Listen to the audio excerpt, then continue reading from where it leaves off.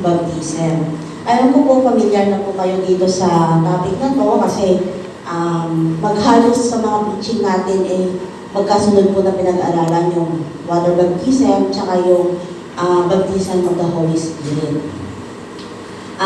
Sabi nga dito sa atin introduction, we'll study about the doctrine of baptism. Sabi sa Hebrews chapter 6 verse 2, wala pa naman si Kuya Jessica, magtagalog muna tayo. Iba't ibang seremonya ng paglilinis at pagbato ng kamay at sa muling pagkabuhay ng mga patay at sa hatol na walang hanggan. Ito po yung nakalagay sa Hebrews, it is instruction in this passage. Concerning nga po, ito sabi, a doctrine of baptism mentioned in Hebrews chapter 6 verse 2 refers to the instruction concerning the various kinds of baptism. So, marami po siyang klase ng pagbabautismo. Ganun pa man, ating pong tatalakayin ang tatlong bagay na makabuluhan sa nabanggit po sa New Testament. Ano po itong tatlong ito? Una po is yung baptism and repentance, the baptism of water, o tinatawag natin Christian baptism, and then the baptism of the Holy Spirit. So, sa tatlong ito, na magkakaugnay po, atin po silang pag-aralan o ihambing o paghambingin o i-distinguish natin ang tatlong bagay na ito. Bakit ba kailangan natin itong alamin? Bakit kailangan natin siyang pag-aralan? Bakit kailangan natin i-distinguish yung tatlong bagay na ito? Una po, there's a purpose. May purpose kung bakit kailangan natin itong gawin, i-follow, o i-abide ang mga bagay na ito, yung nabanggit kong kaninang tatlo. Una po, water baptism as preached by Christ and to be conducted by His disciples. It was established to fulfill all righteousness and provide expression of good conscience. So sabi daw po, una po, ang kailangan natin siyang gawin, may purpose po siya kasi ang water baptism po una itinuro ito ng Panginoong Jesucristo. Di ba po sa ating mga nag-previous na pag-aralan, it was preached by Christ na kailangan natin gawin. After we repent, after we accept Jesus Christ as our Lord and Savior, we need to follow, we need to do the baptism of the Holy Spirit. So it was preached. And then ito po ay isinagawa by His disciples at that time. Sabi nga po dito sa Matthew 28 verse 19, therefore go and make disciples to all nations, baptizing them in the name of the Father, and of the Son, and of the Holy Spirit. So it was preached, and we need to abide it, okay? Amen po? And then second one, it was established, ito po yung tinatag. Sino po? Na mga disciples. Sabi nga po, Jesus replied, let us be so now. It is proper for us to do this to fulfill the righteousness of God. So kung tayo po ay nagpa-water baptism, nagpamahiwatig po ito na katuparan ng katwiran ng Panginoong Yesus. Kaya po napakahalaga po talaga na bilang Kristiyano na tinanggap na natin ang Panginoong Yesus, we need to baptize. Kasi sabi nga dito, it was proper to do this to fulfill the righteousness of God. Hindi po nagiging kumpleto ang ating pagtanggap if once we are not baptized in water. Amen po? And then, sabi din sa Peter chapter 3 verse 21, and this water symbolized the water symbolized baptism that now saves you also. Not to remember of dirt, but the body, but also the clear conscience. Kaya kung sabi niya dito, the expression, or it is the declaration of a good conscience. Ito po yung pinapakita natin yung ating tunay na pagsisisi. It saves you by the resurrection of Jesus Christ. So, napakahalaga po siya. Then, pangalawa po, yung baptism in the Holy Spirit. Ano daw po yung baptism in the Holy Spirit? As prophesied by John the Baptizer, was established. So, sino pong una na nagawa nito? The time pa lang po ni John the Baptist, wala pa po ang Panginoong Jesucristo, na-prophesy na po ito, na mayroon pong darating na siya ang pagbabautismo. Ito po ang Panginoong Jesucristo. Para po saan? To fulfill or bilang katuparan po. To fulfill of the very promise of God to pour out His Spirit in the last days. Kaya nga po doon sa sa Joel chapter 2 verse 28. Dito po na-prophesy na po dito. Na-prophesy na po dito na ito po yung Panginoong Jesucristo mismo. Siya, sabi niya, I will pour out my Spirit for all people. Your sons and daughters will prophesy. Your old men will dream dreams. Your young men will see vision. So it was prophesied even in the Old Testament po. Hindi lang po sa New Testament.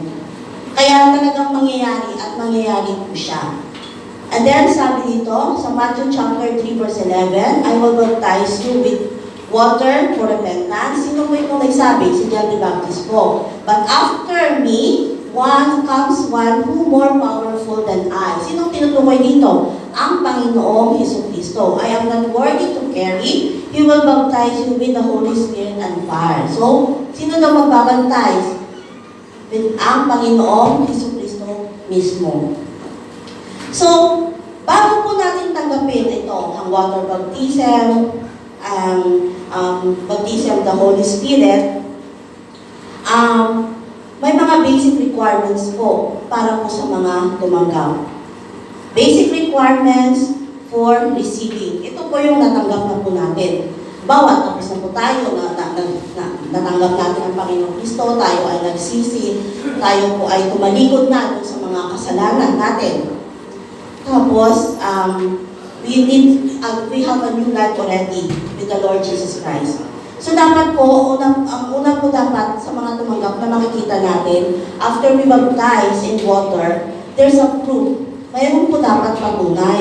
Hindi lang basta kang inilubog at sinusog dun sa tubig, wala na. Hindi po yun natatapos. Meron po tayong patunay na tinatawag na proof of repentance. Ito po yung sinasabi nila, dapat mayroon tayong 180 degrees turn away from that sins. Kung ano yung buhay natin noon, dapat hindi na po natin yun siya babalikan.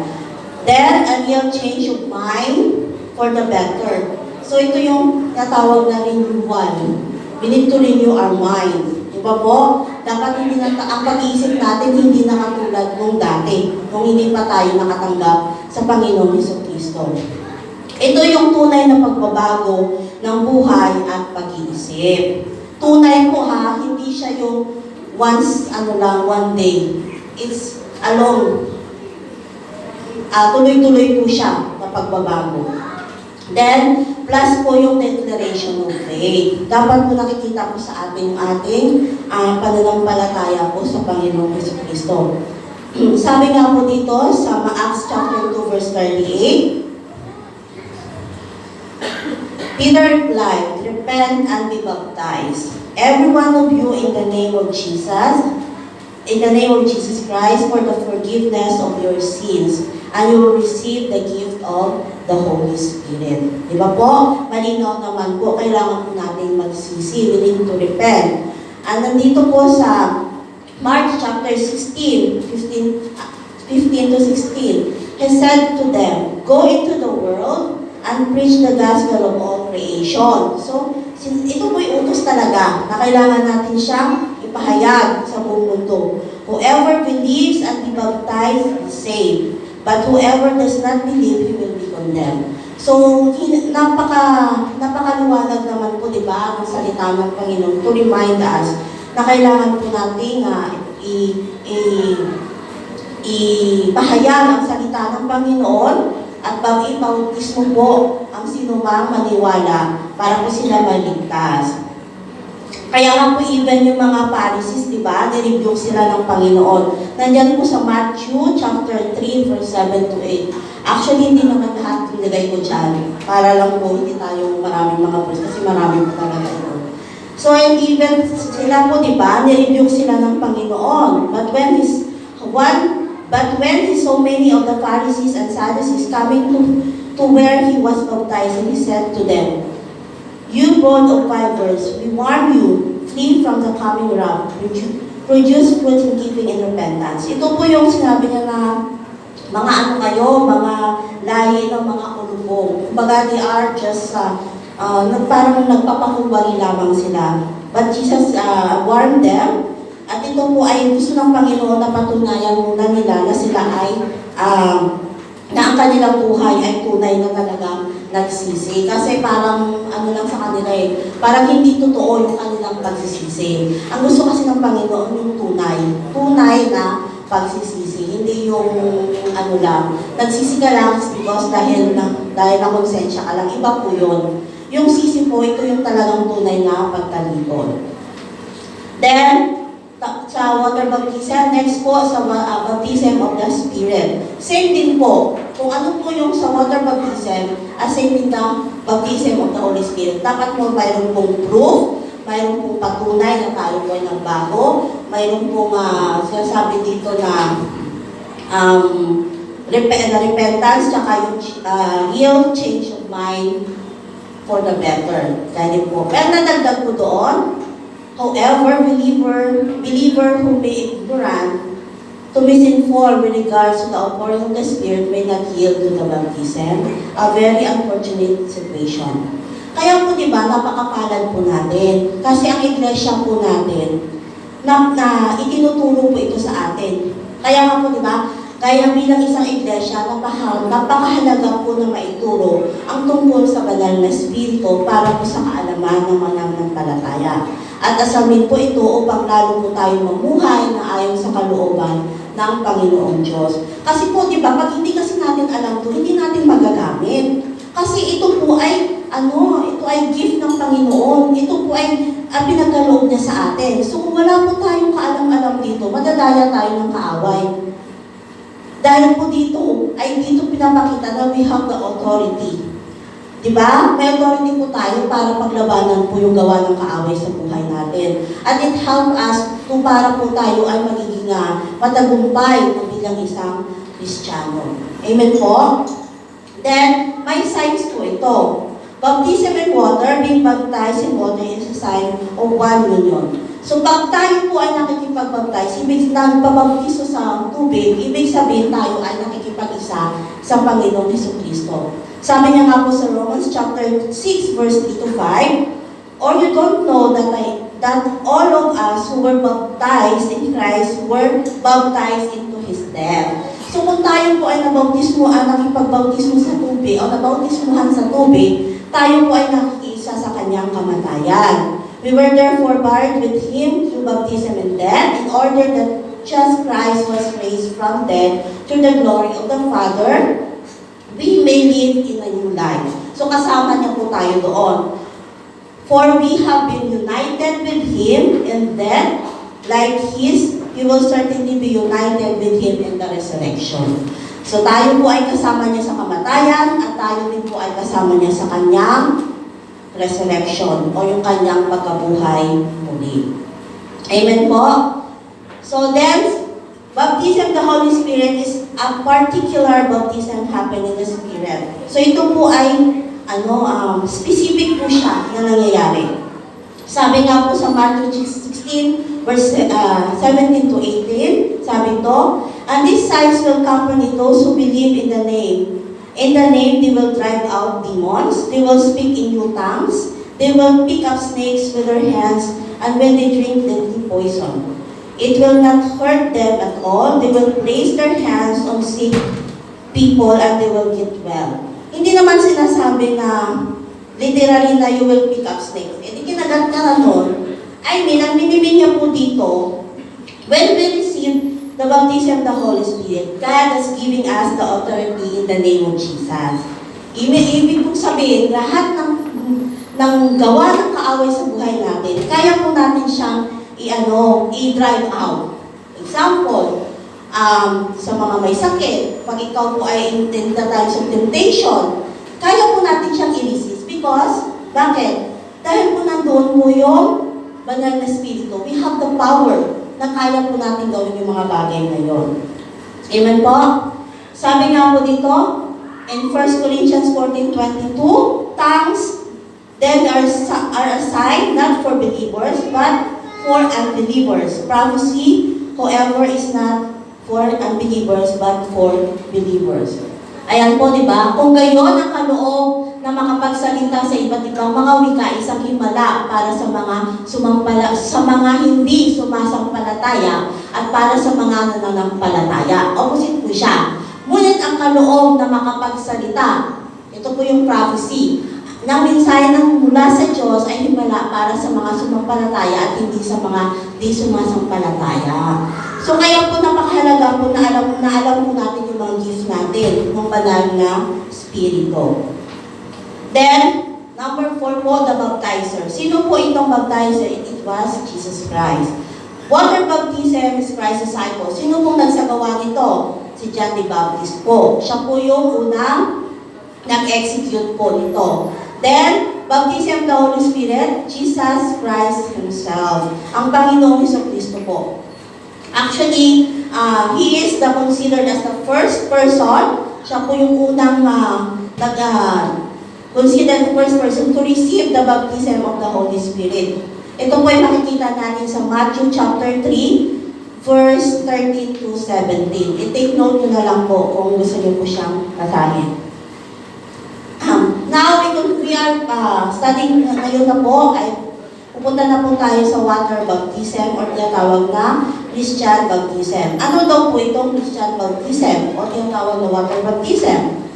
An outward act of obedience by which the believer fulfills the inward righteousness which already enjoy in his heart through faith in Christ's atoning death and resurrection. Kaya nga po nang sinabi ko kanina, ay isang pagpapakita ng ating pagsunod at pananampalataya sa Panginoong Hesus. Isa din po siyang katuparan sa katwiran ng Panginoong Diyos, tunay na pagbabago na sinasabi natin, born again. Born in Spirit. Sabi nga po dito sa Matthew 3, chapter 13 to 17, yung binasa ko kanina, then Jesus came to Galilee to the Jordan to be baptized by John. But John tried to deter him, saying, I need to be baptized by you, and do you come to me? It was Jesus Christ. Siya po ang kasama ng Panginoong Hesus ito at sabi po na kailangan po siya i-baptize. Ang baptize of water, it is necessary or hindi po? Sa palagay nyo, it was necessary or no? Necessary po siya. After we accept Jesus Christ, we repent, we need to be baptized. And then, sabi din po dun sa 16, as soon as Jesus was baptized, He went up of the water. And that moment, heaven was open, and he saw the Spirit of God descending like a dove and alighting on him. So, dun po yung nagbukas po ang heaven, and there's a voice, and the voice come from heaven. It was the Father. This is my Son, whom I love, with him I am well pleased. So, nalugod po ang Panginoon dun sa ginawa ng Panginoong Jesucristo, ang Diyos Ama. Then, baptism, in the Greek word baptize, it caused something to dip into fluid or immerse or submerge, or ito po yung nilulubog po tayo. Lubog, tapos ahon. Ito po yung tinatawag na baptism. Then, sa Bible po, may mga pinatunayan po dito. Biblical accounts of water baptism na gumawa na po dito. Una po, pinaunahan po ito ng ating Panginoong Jesucristo. Jesus Christ in the river of Jordan. Siya po yung unang nag-baptize po doon. Came up immediately from water. So makikita po natin dito na as soon as he's baptized, he went up of the water, and that moment, heaven was open. And he saw the Spirit of God descending like a dove. Yung pinasa natin kanina. Then, it was happened also at the time when Jesus came from Nazareth in Galilee and was baptized by John in the Jordan. So, ang Panginoon, isa sa mga nailagay po doon na nag-execute po nito ay ang Panginoon sa Kristo. Then, pangalawa po, sino? Yung Ethiopian eunuch came out from the water. Sino po nagpagdano sa kanya? Gumawa. Si Philip po. When they come out of the water, the Spirit of the Lord suddenly took Philip away, and the eunuch did not see him again, but went went on his way rejoicing. So, pangalawa po dito yung eunuch po. Then, pangalawa,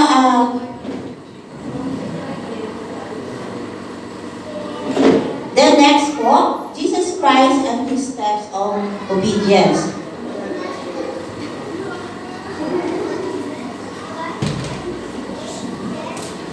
Sabi po, permits to do be so, for thus speeding us to fulfill the righteousness.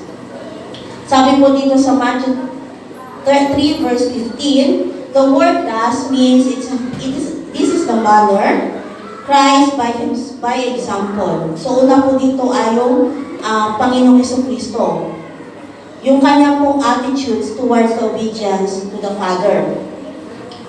Then, it was established a pattern of method for us to follow the method by immersion. So kailangan po natin siyang sundin kasi yun ang ginawang una ng Panginoong Jesucristo. Kumbaga, siya yung ating steps or sundan ng ating pagsunod doon sa pagbabautismo po. Then, ang sabi naman po dito, ang sasabi kasi permit to be so for those who fitting for us to fulfill the righteousness. Fitting means right, proper, suitable. For us, Jesus identified Himself as set an example with all the people who believes in Him. So kung tayo po ay tinanggap ang Panginoong Kristo, naniwala bilang ating Diyos at tagapagligtas, kailangan din po natin itong gawin dahil ito po ay ginawa ng Panginoong Jesus.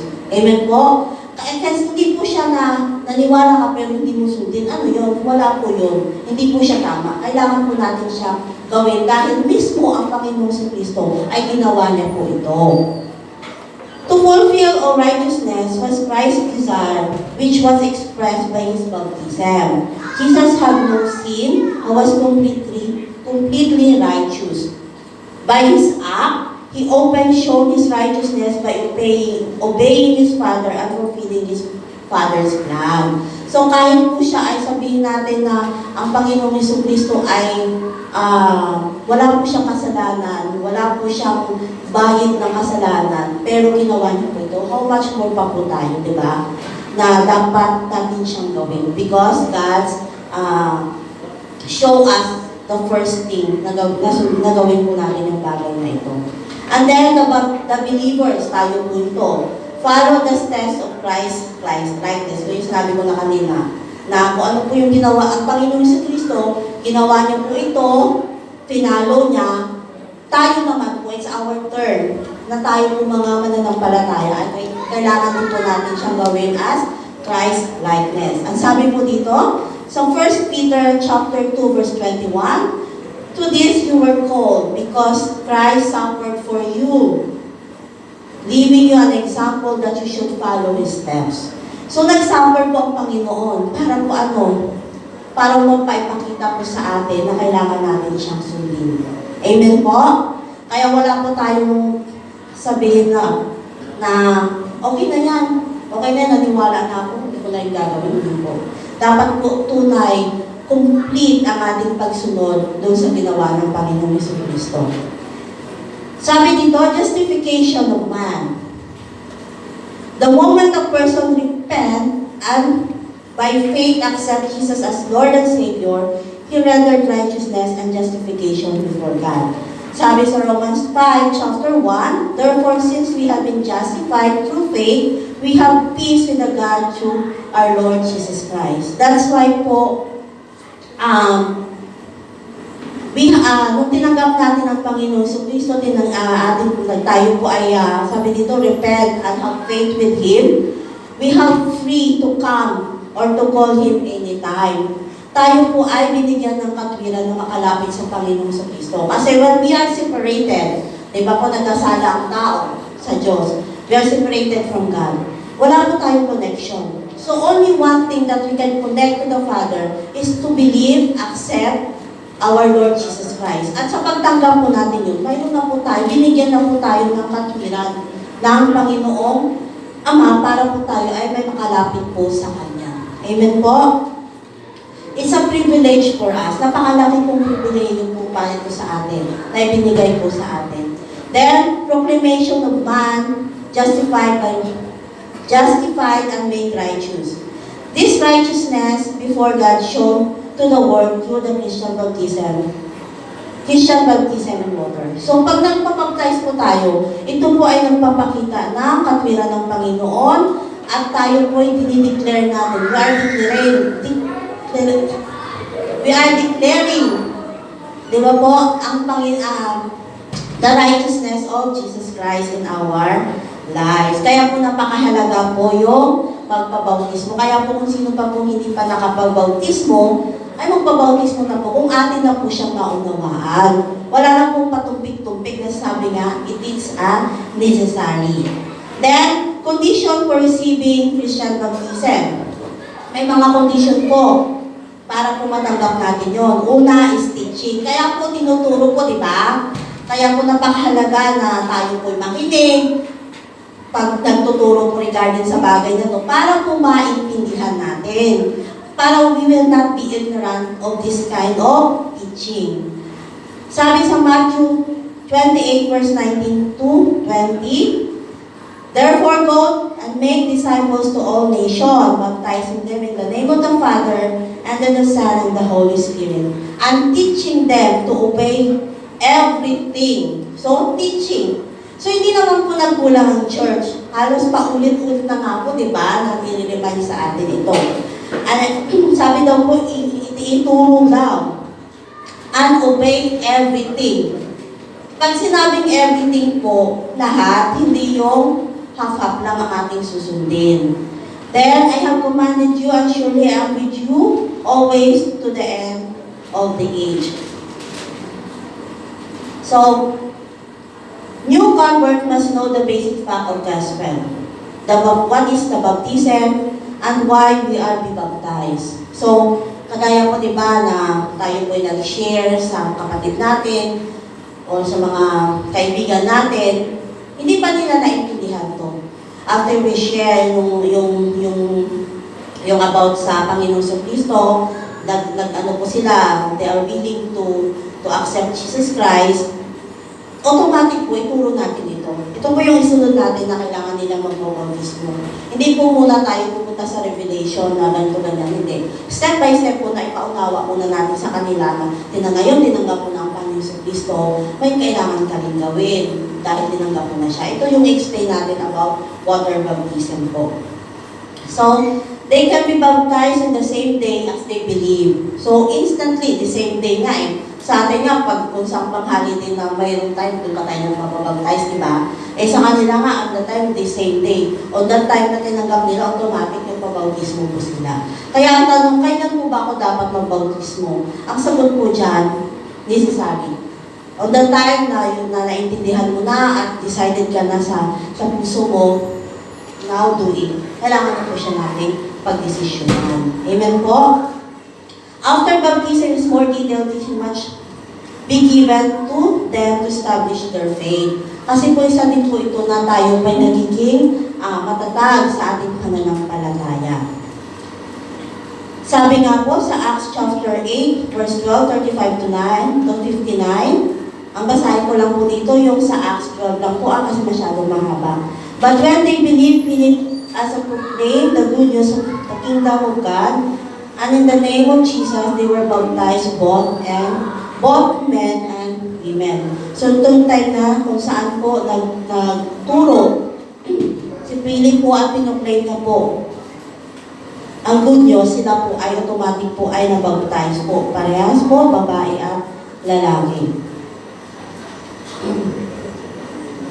Then, sabi din po sa Acts chapter 2, verse 41, those who accept this message be baptized, and about 3,000 were added to their number that day. Ito po yung nagturo sila ng time na yun. Marami po ang na-convert, marami po ang nabaptize. And then, jump na po tayo sa baptism of the Holy Spirit. Baptism of the Holy Spirit pertaining to the baptism of the Holy Spirit, lagi ito pong ating tatandaan. Ito po yung dapat po we are sealed, sealing, na sinasabi po sa Ephesians chapter 1, verse 13. And you also were included in Christ. You heard the message of truth, the gospel of salvation. When you believe, you were marked with Him, with the seal and the promise of the Holy Spirit. So, pag tayo po ay nabaptize po tayo sa banal na Espiritu, we are sealed. Being sealed, the Holy Spirit, a promise coming from after having believed. So, kaya po diba, by preaching na tinuturo muna ang baptism of the Holy Spirit. Kasi pag hindi po natin iyon naintindihan, if you not understand about what is baptism of the Holy Spirit, and we not believe about that, we cannot receive it. Kasi po, it's very important that we understand about this teaching, so you can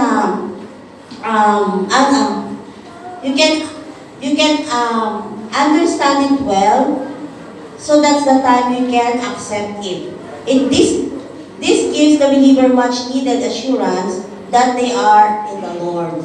So, for our gospel did not come to you in word but also in power. So kaya po, it's very important po na pag tayo po ay katanggap na or we receive the baptism of the Holy Spirit, andun po yung power. Power ng banal na Espiritu para po ipaunawa sa atin. The power of the Holy Spirit and the assurance. Amen po? Kaya po din sa 1 Thessalonians chapter 1 verse 5, because our gospel came to you not simply with words but also with power. Kaya po, if you realize when you are reading the Word of God, example in the house, if you are studying the Word of God, and without the leading of the Holy Spirit, we cannot understand fully what the Word it means for us. Amen? We just only reading like we are reading ordinary books or magazine, but if the Holy Spirit, if the power of the Holy Spirit with us, there's a lot of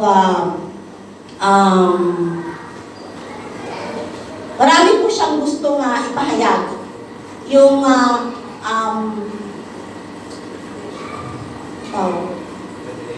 revelation. It's a lot of revelation of the Word of God na nakikita po natin.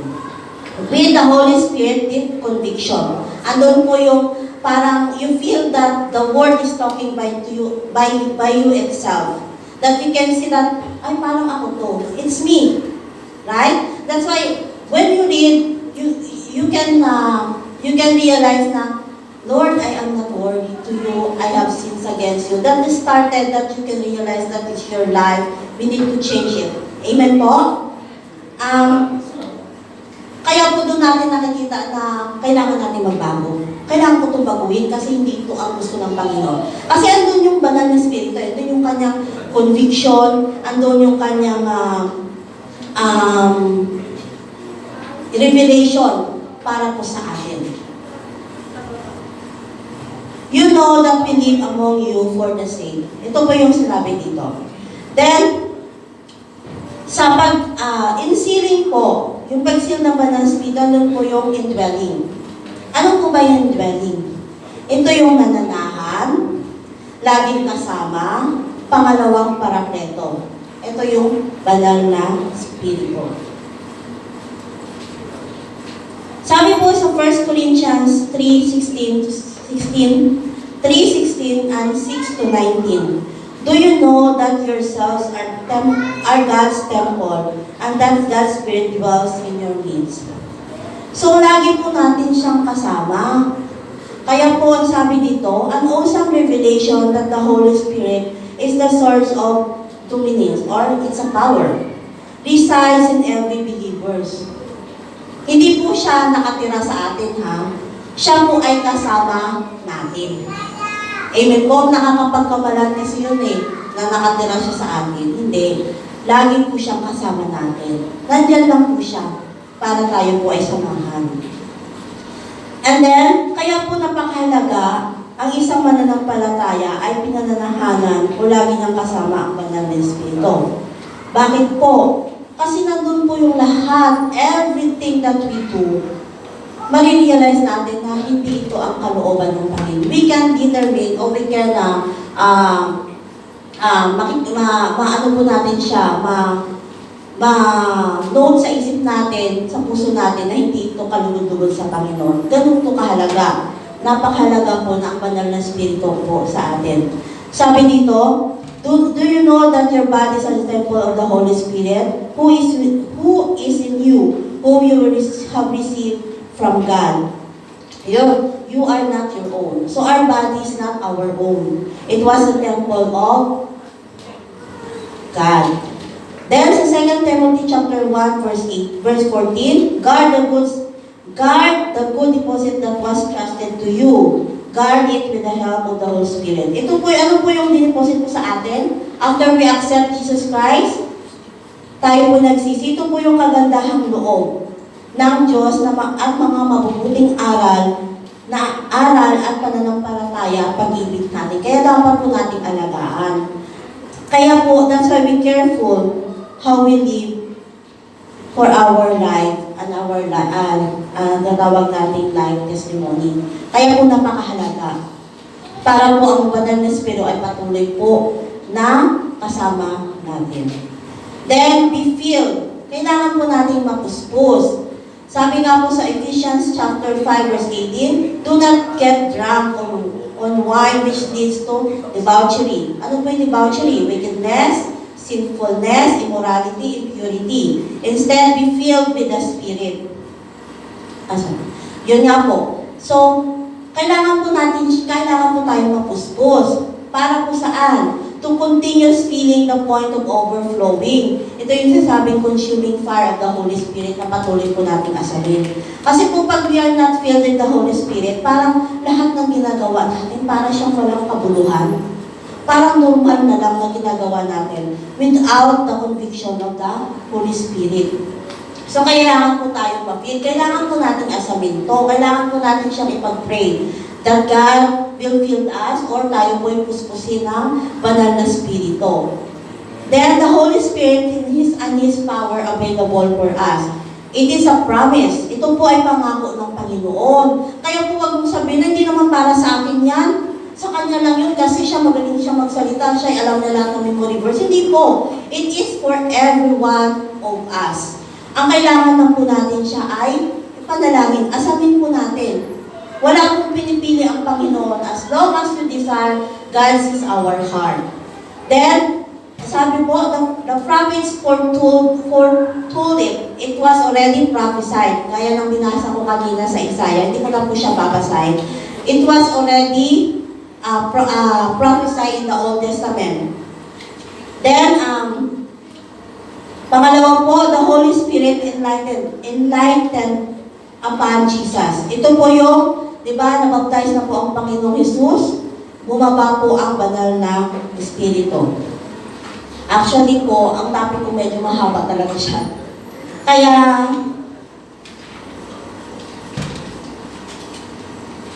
puputulin ko po muna siya. Dito po muna tayo sa the Holy Spirit is in power, and His power available for us. So yun po, una po, it's a promise.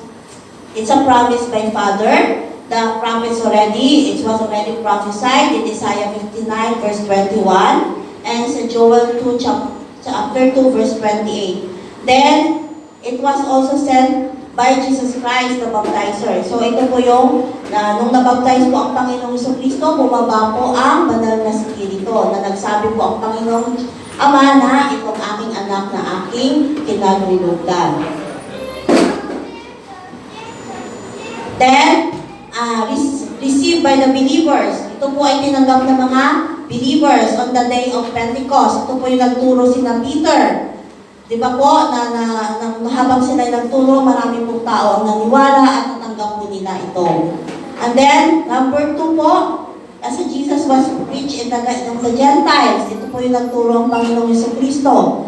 And the Holy Spirit had been poured out on all the Gentiles. Natanggap po nila yun. And then, sabi po dito, even today, hanggang sa kasalukuyan, na dapat po natin siyang asamin ang banal na Espiritu. In the book of Acts of the story of Christian witnessing of Jesus powered the Spirit, early Christian turned the world upside down. Ito po yung nagturo po dito sa Acts chapter 17 verse 6. Ito yung nagturo sina Pablo at Silas at napakarami pong mga debotong Grego ang naniwala at nang sumunod at tumanggap po sa salita ng Panginoon. So, next time po, continue na lang po natin the need of the power. The need for power. Dito po tayo. Magtatapos muna. Yes, Lord, hallelujah. Panginoon, maraming salamat po, Lord God, sa iyong mga salita na pinahayag mo sa oras na ito. We pray, Lord God, na nawa, Panginoon, ito ay aming naunawaan, Panginoon, at naintindihan, O Lord God, at naisang puso po namin. Na to remind us, Panginoon, sa iyong mga salita, Panginoon, na sa pagtanggap, Panginoon, ng water baptism, and even, Lord God, sa pagtanggap ng baptism ng the Holy Spirit. So, thank you, Lord God, for today. We bless you and we glorify you in Jesus' name. Amen.